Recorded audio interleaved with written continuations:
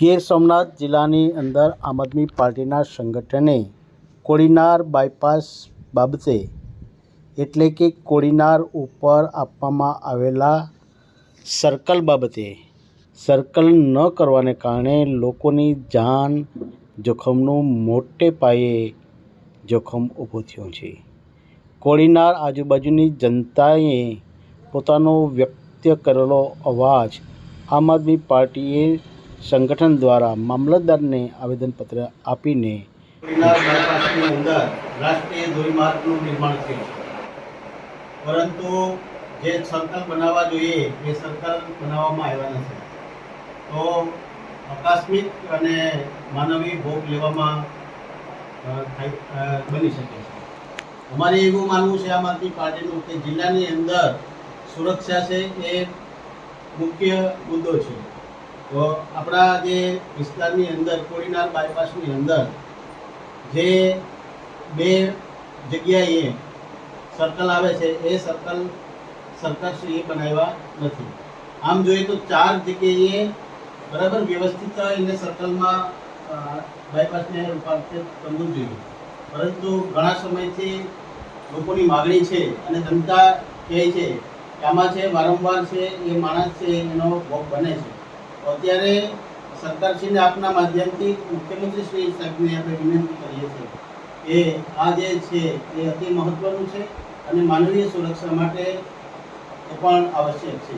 તો આપ સાહેબને અમારી વિનંતી છે આમ આદમી પાર્ટીની કે આમાં આપણે અમને મદદ કરશો અને આ તુરંત આપને રજૂઆત છે સરકાર સુધી। મારું નામ પઠાણ માહિર ખાન છે, આમ આદમી પાર્ટીનો શહેર મહામંત્રી છું।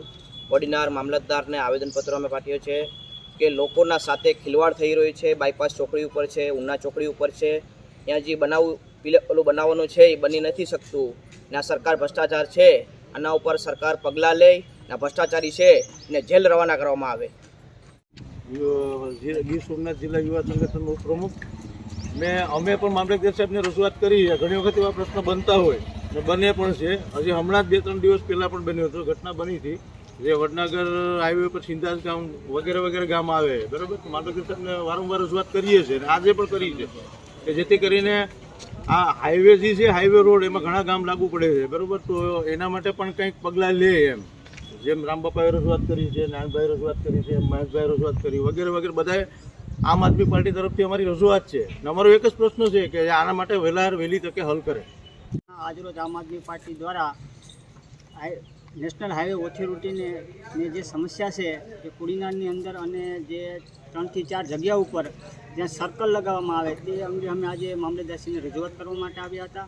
અને આ સર્કલ ન હોવાના કારણે અલગ ઘણી બધી દુર્ઘટનાઓ ઘટે છે, જેવા કે દુદાણા છે, આવા અલગ ગામની અંદર। અને એની હાઈવે ઓથોરિટીને અમારી એક જ વિનંતી છે કે આ જે 4 થી 5 જગ્યા છે કોડીનારની અંદર તેના ઉપર સર્કલ લગાવવાની માંગ છે સામાન્ય માટે। મામલતદારના માધ્યમથી જે નેશનલ ઓથોરિટી છે એને આવેદનના માધ્યમથી જાણ કરીએ છીએ કે કોડીનાર બાયપાસ ઉપર 4 જગ્યાએ અવરોધક ગતિ ઊભી થઈ છે, ત્યાં સર્કલની જરૂર છે। ઘણા વર્ષોથી નેશનલ હાઈવેનું કામ ચાલુ છે, છતાં પણ આજ સુધી પૂર્ણ નથી થયો। એ પહેલાં આ જે નેશનલ હાઈવે ઉપર 2 જગ્યાએ ટોલ ટેક્સ વસૂલ કરવામાં આવી રહ્યા છે, એ પણ 60 કિલોમીટરના અંતરે હોવા જોઈએ, એનો પણ નિયમ ભંગ કરી રહ્યા છે। મારું એવું માનવું છે કે આ જે બાયપાસ કોડીનારની છે એની અંદર સર્કલ હોવા જોઈએ, એ સર્કલની બનાવવા જોઈએ। એ નેશનલ ઓથોરિટીએ ગંભીર ભૂલ કરી છે। આ જગ્યાએ ઘણા સમયથી એક્સિડન્ટના બનાવો બની રહ્યા છે। કોડીનારની જનતા અને આજુબાજુના ગામડાની જનતા આના વિશે ગંભીર છે। આ અમારા આવેદનના માધ્યમથી અમે મામલતદારને આવેદનપત્ર આપીને નેશનલ ઓથોરિટી અને સરકારશ્રીને જાણ કરીએ છીએ કે આની અંદર અતિશય ગંભીર ગુના બની રહ્યા છે, તો એ ધ્યાન દે અને લોકોના જીવન સાથે એ છેડા થઈ રહ્યા છે, તો એ વિષય ઉપર પણ ધ્યાન આપે। અને સાથે આમ આદમી પાર્ટી સંગઠનને કોડીનારના ગ્રામ્ય વિદ્યાર્થીને પડતી એસટીની મુસીબત માટે બસ ડેપો મેનેજરને આવેદનપત્ર આપવામાં આવ્યું હતું। 3 વાગ્યાનો સમય ફેરફાર કરી 4 વાગે તો સ્કૂલ છૂટે છે. વિદ્યાર્થીઓની સાથે રાખીને અમારે હાજર નોંધાવી નીચે રજૂઆત કેવી રીતે લેવું આવતીકાલે આવી સાહેબ મળી જાય કાલે તમને મળ્યો હશે.